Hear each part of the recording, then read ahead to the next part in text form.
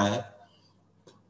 ठीक है, तो इनपुट आउटपुट प्रोसेसर मतलब वन टाइप ऑफ, ऐसे आप समझ लो कि किसी भी तरीके की कोई भी डिवाइस आपके पास रहती है या फिर आपके प्रोसेसर के अंदर रहती है, छोटी सी भी डिवाइस रहती है, तो उसको एक कॉम्बिनेशन मतलब कंबाइंड सर्किट बना के, ठीक है, उनको एक एज अ प्रोसेसर की तरह वर्कआउट किया जाता है। ठीक है, जैसे कि आपको इंफॉर्मेशन सिस्टम को देते हो तो कहाँ पे वो जाएगा, कौन से डिवाइस के पास, तो डिवाइस खुद से डिसाइड करेगा कि किसके पास इस डेटा को भेजना है, मतलब किस लिए भेजना है। अगर उसका कैलकुलेशन करना है तो कहाँ पे भेजना है, कैलकुलेशन नहीं करना, डायरेक्टली डेटा शो करवाना है तो क्या करना है।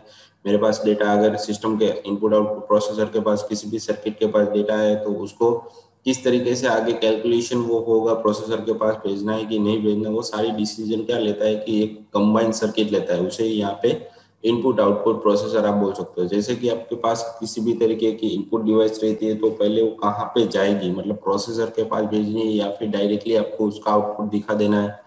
ठीक है, ठीक है, तो ये सारे इनपुट आउटपुट खुद से खुद खुद का डिसीजन लेते हैं, तो उसे यहाँ पे as a input output processor बोला जाएगा। इसके अलावा और कुछ नहीं है। ठीक है, इसके अंदर जो भी आपके पास डिवाइस रहती है, इनपुट डिवाइस में कीबोर्ड है, माउस है, प्रिंटर, ठीक है, तो ये सारी चीजें क्या होगी, वन टाइप ऑफ आपकी इनपुट आउटपुट प्रोसेसर होगी। मतलब ये इनपुट डिवाइस हो गई और जैसे भी आप कमांड देते हो तो एक वन टाइप ऑफ प्रोसेसर चलता है, बीच में सर्किट होती है, कंबाइंड सर्किट के थ्रू जो आपका डेटा बस के पास पहुंचा जाए। जो अभी हमने बस पढ़ा था, ठीक है, इसके पहले के जितने भी लेक्चर थे उसके अंदर हमने बस का टॉपिक डिस्कशन किया था। तो बस का काम क्या है कि डेटा को ट्रांसफर करवाना एक जगह से दूसरी जगह पे। ठीक है, तो ये लॉजिक इसके अंदर रहता है, तो वही चीज यहाँ पे आपको बताई गई है। ठीक है, तो शॉर्ट फॉर्म में मैंने आपको बता दिया कि क्या होता है, उसका कंक्लूजन क्या था। अब आप इसके अंदर डिटेल में भी देख सकते हो कि input output processor is a processor with direct memory access capability, जैसे कि मेमोरी के साथ वो डायरेक्टली एक्सेस होता है किसी भी तरीके की इनपुट डिवाइस या output device. In this computer system is divided into memory unit and number of processors. ठीक है, तो इसके अंदर दो ही तरीके के पार्ट आते हैं। किसी भी तरीके के इनपुट आउटपुट डिवाइस रहते हैं तो उसे इनपुट आउटपुट प्रोसेसर बोला जाता है। दूसरा होता है मेमोरी यूनिट, मतलब जिसके अंदर हम डेटा को स्टोर कर सकते हैं, वो टेम्पररी हो या हो परमानेंटली, दोनों तरीके से उसको मेमोरी यूनिट बोल सकते हैं। फिर each input output control and manage the input output task, मतलब जो भी इनपुट आउटपुट प्रोसेसर है, ठीक है, वो सारे कुछ जितने भी उसके पास डेटा आता है उसका उसके पास कंट्रोल रहता है और उसको जो उसके पास जो इनपुट आउटपुट भेजा जाता है, जो भी टास्क रहता है उसको मैनेज करता है। The input output processor is similar to CPU except that it handle only the detail of input output processor. ठीक है, तो इनपुट आउटपुट क्या रहता है कि वन टाइप ऑफ सीपीयू की तरह वर्क करता है कि उसके पास जो भी इंफॉर्मेशन आई है उसको सिर्फ वो इनपुट आउटपुट के फॉर्म में प्रोसेस करता है। ठीक है, उसके पास क्या है तो उसको किस तरीके से आगे भेजना है या उसके साथ कोई प्रोसेस करनी है कि नहीं करनी है, उस तरीके से उसको हैंडल किया जाता है या फिर मैनेज किया जाता है। The input output process can fetch and execute it's on instruction, मतलब इनपुट आउटपुट प्रोसेसर होता है, क्या करता है कि जो भी इंस्ट्रक्शन उसको मिलती है वो फैच करता है और उसको वो एग्जीक्यूट करना चालू कर देगा। These input output processor instruction are designed to manage input output transfer only, मतलब इसकी जो डिजाइन रहती है वो किसके थ्रू, कि इनपुट आउटपुट मैनेजर रहता है, उसके थ्रू डेटा को किस तरीके से ट्रांसफर करता है वो सारा कुछ मैनेज किया जाता है। ठीक है, उसके बाद उसका ब्लॉक डायग्राम भी आपको यहाँ पे दिया गया है, उसकी एक्सप्लेनेशन यहाँ पे ऊपर दी गई है। ठीक है, तो पहले हम ब्लॉक डायग्राम देख लेते हैं कि इनपुट आउटपुट प्रोसेसर के अंदर इनपुट आउटपुट एक्चुअली कहाँ पे होता है। ठीक है, तो ये हमारा मेमोरी यूनिट था और ये हमारा कंट्रोल यूनिट है। ठीक है, तो ये हमारा वन टाइप ऑफ सीपीयू है, मतलब प्रोसेसर है हमारा। ठीक है, और ये हमारी मेमोरी बस है जिसके अंदर हमारा डेटा पास होता है। ठीक है, अब देखो यहाँ पे जो भी हमारी ये पेरिफेरल डिवाइस थी, ठीक है, तो लास्ट इसके पहले के लेक्चर दोनों थे उसके अंदर भी हमने पेरिफेरल डिवाइस की डिस्कशन की थी। ठीक है, तो मेरे पास यहाँ पे 3 अलग अलग तरीके की, वो कोई भी हो सकता है, कीबोर्ड है, माउस है या फिर किसी भी तरीके की अदर इनपुट डिवाइस या आउटपुट डिवाइस भी आप कह सकते हो। ठीक है, तो किसी भी तरीके की कोई भी पेरिफेरल डिवाइस रहती है वो इनपुट आउटपुट प्रोसेस के थ्रू कनेक्टेड रहती है, मतलब उसके पास जो भी डेटा मिला है उसको एक साथ तीनों को डेटा मिला है तो क्या होगा, यहाँ पे वो रोक के रखेगा और सोच वो डिसाइड करेगा कि किसके पास मुझे डेटा को भेजना है, मेमोरी यूनिट के पास भेजना है या फिर उसको सीपीयू के पास मैनेज करवाना है। तो ये सारी चीजें ये इनपुट आउटपुट के थ्रू डिसाइड होती है, जो मेमोरी बस के थ्रू एक दूसरे मतलब अलग अलग डिवाइस के पास डेटा को ट्रांसफर वो करवाता है, ठीक है। वो डेटा ला भी सकता है और डेटा भेज भी सकता है, दोनों चीज एक साथ यहाँ पे हो सकती है, ठीक है। तो आई होप आपको समझ में आ गया होगा कि किस तरीके से जो हमारा इनपुट आउटपुट है वर्कआउट होता है। तो इसकी एक्सप्लेनेशन भी यहाँ पे दी गई है कि जो हमारा डायग्राम है उसके अंदर अलग अलग तरीके के इनपुट आउटपुट प्रोसेसर दिए जाते हैं, ठीक है। तो memory unit occupy the central position, जो हमारी सीपीयू रहती है, मेमोरी यूनिट रहती है, वो हमारा सेंट्रल पोजीशन में रहता है, जिसकी मदद से डेटा को हम ट्रांसफर कर सकते हैं या अलग अलग जगह पे भेज सकते हैं, ठीक है। And it can communicate with each processor, वो हर एक प्रोसेसर के साथ कम्युनिकेट करता है, मतलब कहाँ पे डेटा मुझे भेजना है तो वो डिसाइड करेगा कि इस तरीके का डेटा मुझे मिला है तो यहाँ पे भेजना है, और इस तरीके का डेटा मुझे चाहिए उसकी प्रोसेस करनी है तो वो अलग जगह पे भेजेगा, तो अलग प्रोसेसर के पास भेजेगा। तो सारा डिसाइड कौन करता है, हमारे पास इनपुट आउटपुट प्रोसेसर। तो CPU processes the data required for solving the computational task, मतलब सीपीयू है वो जो प्रोसेस उसको मिली है, जो भी डेटा मिला है उसके बेस पे वो उसकी प्रोसेस करना चालू कर देगा। फिर है कि input output processor provides path for transfer of data between peripheral and memory unit, मतलब इनपुट आउटपुट है वो प्रोवाइड डेटा ट्रांसफर करने के लिए भी वन टाइप ऑफ एक पेरिफ बस मेमोरी बस देता है, जिसकी मदद से आप डेटा को एक जगह से दूसरी जगह पे, मतलब मेमोरी यूनिट या पेरिफेरल डिवाइस के बीच में कम्युनिकेट, मतलब डेटा ट्रांसफर आप कर सकते हो, ठीक है। तो CPU assign the task for initiating the input output program, मतलब सीपीयू है वो किसी भी तरीके की प्रोसेस को स्टार्ट करने के लिए एक इनिशिएट करता है, मतलब वो एक सिग्नल भेजता है, जिसकी मदद से जो हमारा टास्क रहता है या भी हमारी इंस्ट्रक्शन रहती है वो वर्कआउट करना चालू कर देती है। The input output operate processor input operates independent from CPU and transfer data between peripheral and memory unit. जो इनपुट आउटपुट प्रोसेसर है वो सीपीयू और पेरिफेरल डिवाइस मेमोरी यूनिट है वो उन सबसे अलग फॉर्मेट में रहता है, जैसे हमने ब्लॉक डायग्राम के अंदर देखा। तो सारा कुछ अलग ही रहता है, सीपीयू का जो भी प्रोसेसर है या फिर जो भी की जो इसको डिवाइसेस रहती है वो भी अलग रहती है, मेमोरी यूनिट की भी अलग रहती है और मेमोरी बस की भी अलग रहती है, ठीक। तो इसी तरह इनपुट आउटपुट प्रोसेसर की भी डिवाइस अलग तरीके से ही होती है। तो इन दोनों तीनों के बीच में मुझे डेटा ट्रांसफर करवाना है तो सारा डेटा हमारा मेमोरी बस के थ्रू ही ट्रांसफर एक जगह से दूसरी जगह पे होता है, ठीक है। तो उसके बाद दिया जाता है कि इनपुट आउटपुट चैनल, तो ये बात हमने अभी की वो क्या थी, हमारी इनपुट आउटपुट प्रोसेसर थी, ठीक है। जो भी हमारी डिवाइसेस रहती है वो सारा एक दूसरे के साथ कनेक्टेड रहता है, और जो भी इनपुट आउटपुट है वो डेटा ट्रांसफर भेजने के लिए प्रोसेसर डिसाइड करता है कि मुझे कौन सी प्रोसेस कहाँ पे भेजनी, तो किस तरीके से वो होता है उसकी यहाँ पे टिपिकली दिया गया है कि इनपुट आउटपुट चैनल।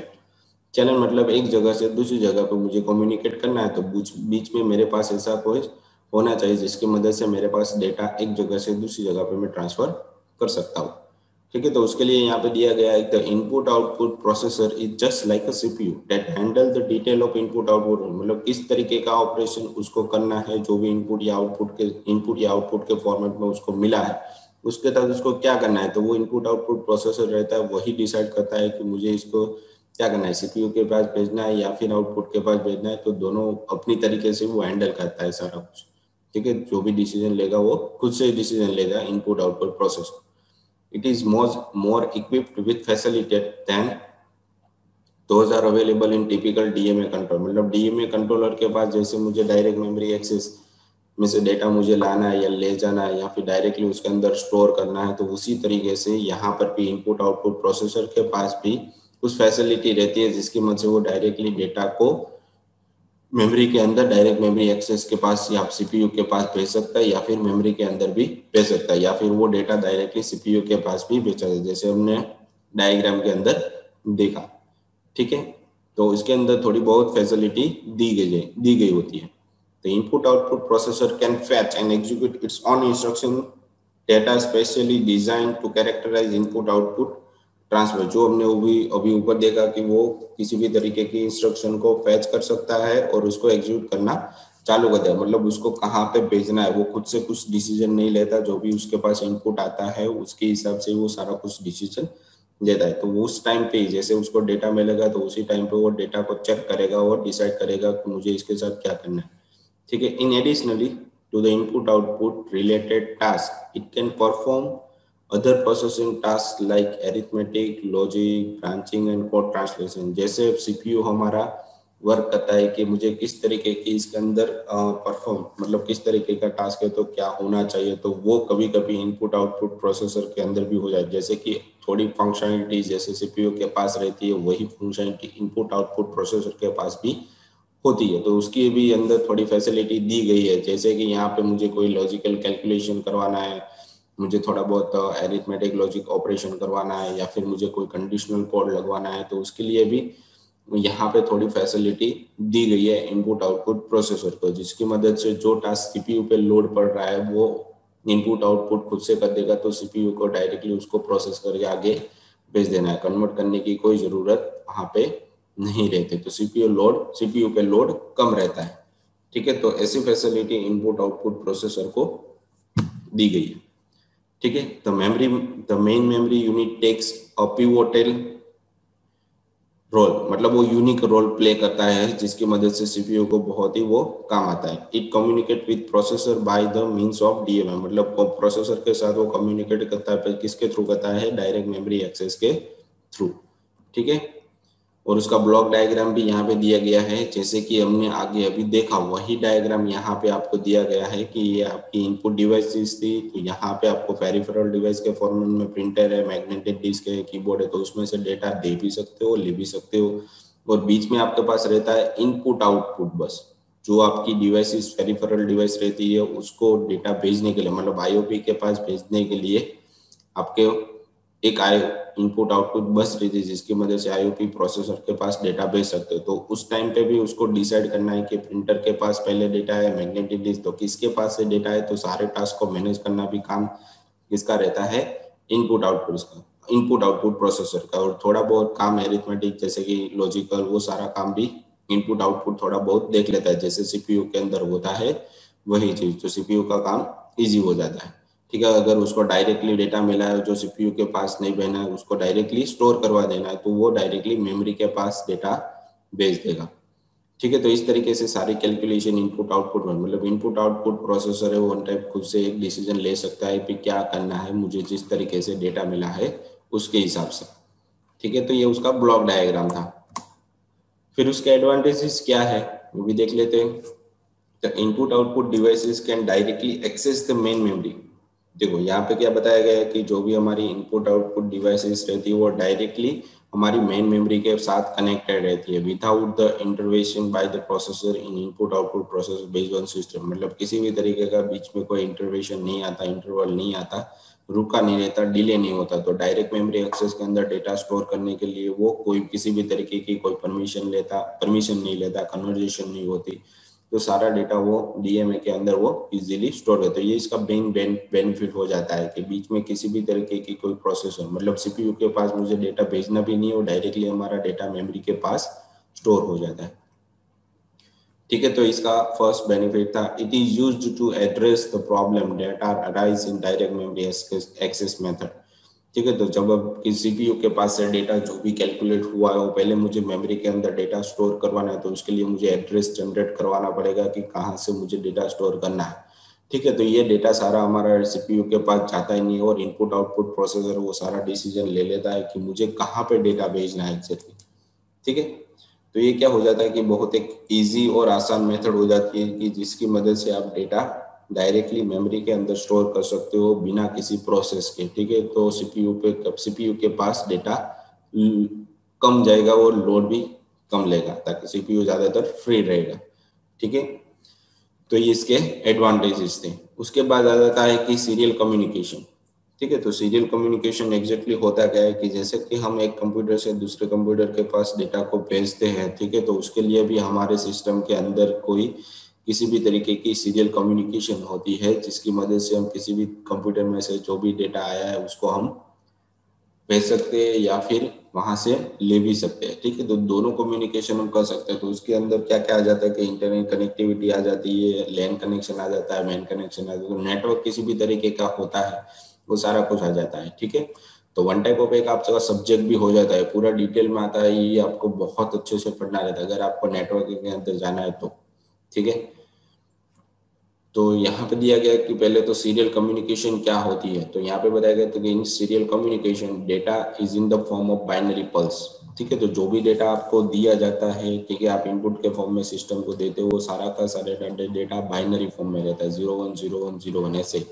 और जो भी डेटा रहता है उसको पैकेट के अंदर कन्वर्ट किया जाता है, और जब भी आप किसी को भेजोगे तो वो अलग अलग पैकेट के अंदर कन्वर्ट होता है, उसके अंदर जो फिजिकल एड्रेस रहता है वो स्टोर हो जाता है, कहाँ पे भेजना है।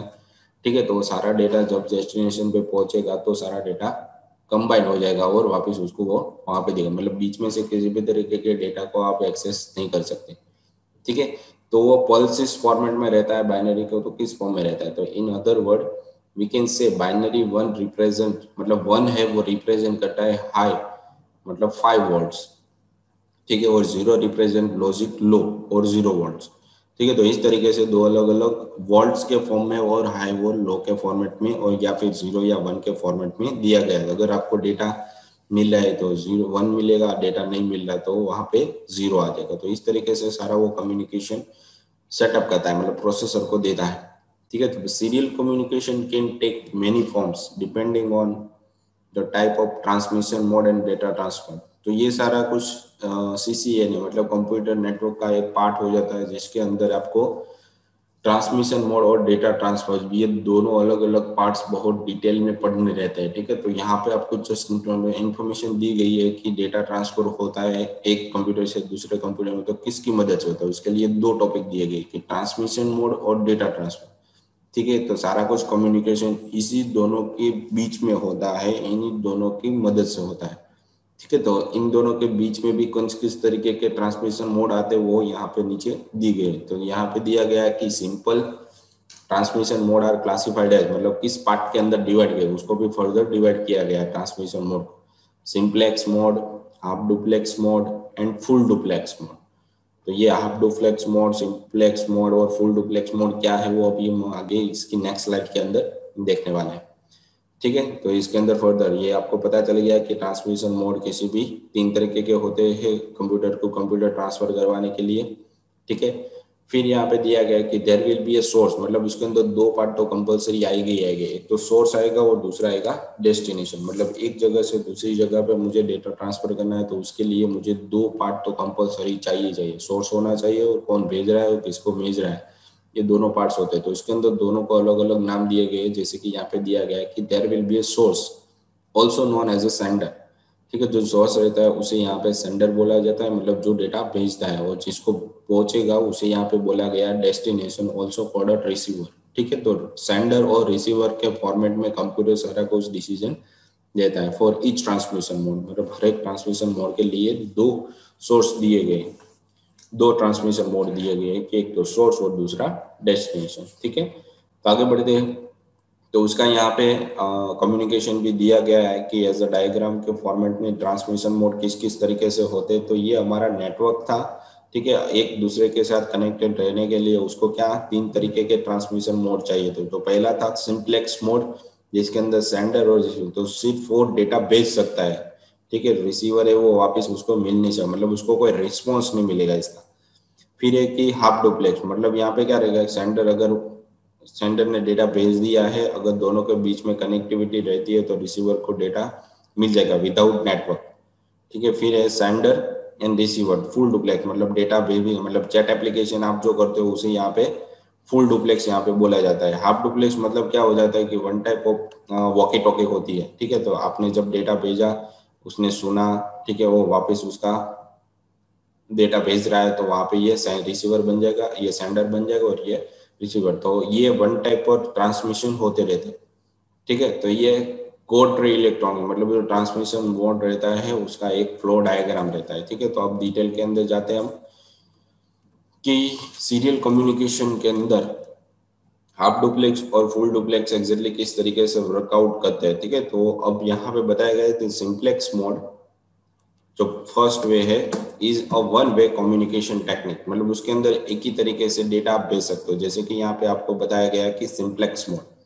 ठीक है, तो सेंडर है और डेटा सिर्फ भेज सकता है, मतलब रिसीवर को मिलेगा और कुछ नहीं है इसके अंदर। ठीक है, तो ओनली वन क्लाइंट ठीक है। तो इसके अंदर ओनली एक ही क्लाइंट रहता है, इधर सेंडर और receiver is active at a time. तो यहाँ पे बताया गया कि एक टाइम पे कोई एक ही एक्टिवेट रहता है, मतलब सेंडर वो एक्टिवेट है, वो रिसीवर अभी एक्टिव नहीं है। अगर ये डेटा भेजना चाहता है तो ये यहाँ पे भेज सकता है, पर एक प्रोसेस खत्म होने के बाद। ठीक है। फिर इसके बारे में दिया गया कि इफ सेंडर ट्रांसमिट, ठीक है, फिर उसको एक्सप्लेन किया, इफ सेंडर को कुछ ट्रांसमिट करता है the receiver can only accept, जैसे कि यहाँ पे बताया गया रेडियो है, टेलीविजन ट्रांसमिशन आते हैं एग्जांपल ऑफ सिंपलेक्स ट्रांसमिशन। जैसे कि सैटेलाइट रहती है, तो सैटेलाइट के अंदर क्या रहता है कि एक जगह से ट्रांसमिशन हो रहा है, वो सैटेलाइट के थ्रू भेजा और हम सिर्फ देख सकते हैं, उसका कुछ रिस्पॉन्स हम वापस टीवी के थ्रू नहीं भेज सकते या फिर रेडियो के थ्रू नहीं भेज सकते। ठीक है। तो ये क्या हो गया, वन टाइप ऑफ हमारा सिंपलेक्स, मतलब ट्रांसमिशन आएगा, सेंडर भेजेगा और रिसीवर ऑटोमेटिकली उसको हर एक बार गेट करता रहेगा। तो ये सिंपलेक्स मोड हो गया। तो जैसे कि टीवी है, टेलीविजन है, रेडियो है, तो ये सारा कुछ सिंपलेक्स मोड है। फिर आप duplex mode, in both sender and receiver are active but not at a time, मतलब एक ही टाइम पे नहीं। जैसे कि यहाँ पे बताया गया है कि सेंडर ने डेटा भेजा है तो अभी एक्टिव नहीं है, तो डेटा तो भेज दिया पर उसको अभी मिला नहीं। अगर वो एक्टिव होगा तो ही उसको मिलेगा, वरना नहीं मिलेगा। तो ये आप डुप्लेक्स हो जाता है इसके अंदर। ठीक है। तो इसके अंदर रिसीवर को एक्टिव रहना जरूरी नहीं है। जैसे कि रेडियो के अंदर होता है, अगर एक्टिव नहीं हो तो ट्रांसमीटर चला जाता है। ठीक है। वो बाद में वो देख नहीं सकता। तो इसके अंदर क्या होता है कि आप डुप्लेक्स के अंदर जब भी वो एक्टिव होता तभी उसको वो मैसेज मिलेगा या फिर किसी भी तरीके की फंक्शनलिटी उसको मिल सकती है। ठीक है। फिर यहाँ पे दिखाया गया कि not a time the sender, if sender transmit the receiver can accept but can not send and vice versa, मतलब उसको वापस वो नहीं भेज सकता। A good example of is on internet. If client laptop send a request for a web page, the web server process the application and send back the information. ठीक है। तो यहाँ पे क्या हो जाता है, किसी भी तरीके की हम फ्लिपकार्ट मुझे कोई देखना है, ठीक है, किसी भी तरीके की प्रोडक्ट मुझे देखनी है, तो मैं क्या करूंगा, फ्लिपकार्ट नाम की रिक्वेस्ट में करूंगा तो वो मुझे पेज ला के वहां से, मतलब ये क्या हो गया कि आपने रिक्वेस्ट की तो उसने सेंड रिसीव करके आपको वापस वो पेज रिस्पॉन्स के फॉर्मेट में भेज दिया, तो हाफ डुप्लेक्स हो गया। ठीक है। वो एक्टिव होगा तो ही आपको भेजेगा, वरना नहीं भेजेगा। ठीक है। उसके बाद है यहाँ पे full duplex. The full duplex mode is widely used communication in the world। जैसे कि हम चैट एप्लीकेशन करते हैं, ठीक है, तो फुल डुप्लेक्स के अंदर हमारी व्हाट्सएप आ गई, ठीक है, इंस्टाग्राम, कुछ भी चीज हमें चैट एप्लीकेशन करना है तो ये सारा चीजें इसके अंदर आ जाता है। Here are both sender and receiver can transmit at and receiver at the same time, मतलब जिस टाइम पे सेंडर ने डेटा भेजा है तो उसी टाइम पे रिसीवर को एट अ टाइम मिल जाए, मतलब तुरंत ही मिल सकता है। An example is your smartphone. ठीक है। जैसे कि हम बातचीत कर सकते हैं कॉल पे, ठीक है, तो मैंने यहाँ पे कॉल की तो सामने वाले को जैसे ही सुना देगा तो कुछ रिस्पॉन्स मुझे करेगा एट अ टाइम। ठीक है। जैसे चैट एप्लीकेशन होती है, मैंने यहाँ पे मैसेज भेजा तो वो डायरेक्टली मुझे वहां से उसका रिस्पॉन्स भेज सकता है। Beyond the transmission mode, we have to consider the NDNS and protocol designed to host, मतलब endless process यहाँ पे आप फुल डुप्लेक्स के अंदर बना सकते हो कि कितनी भी तरीके की कम्युनिकेशन हो आप एक साथ बात कर सकते हो। NDNS is a way of storing the data at a particular memory address, मतलब आप वहाँ पे एक्टिव नहीं हो तो डेटा को स्टोर करके रखता है, जब आप एक्टिव होते हो तो सारा डेटा आपको एक साथ को भेज देगा। Depending on the data alignment NDN is classified. ठीक है। तो ये सारा डेटा क्या रहता है, वन टाइप ऑफ एक क्लासिफाइड फॉर्मेट में अंदर रहता है, जो डिक्रिप्ट इनक्रिप्ट फॉर्मेट में रहता है। तो ये फुल डुप्लेक्स इस वे के अंदर काम करता है। ठीक है। डिवाइस टू डिवाइस ट्रांसफर करने के लिए प्रोसेसर के अंदर 3 अलग अलग तरीके की डिवाइस यहाँ पे ट्रांसमिशन मोड लगाए जाते हैं, simplex mode, half duplex mode and full duplex mode. ठीक है।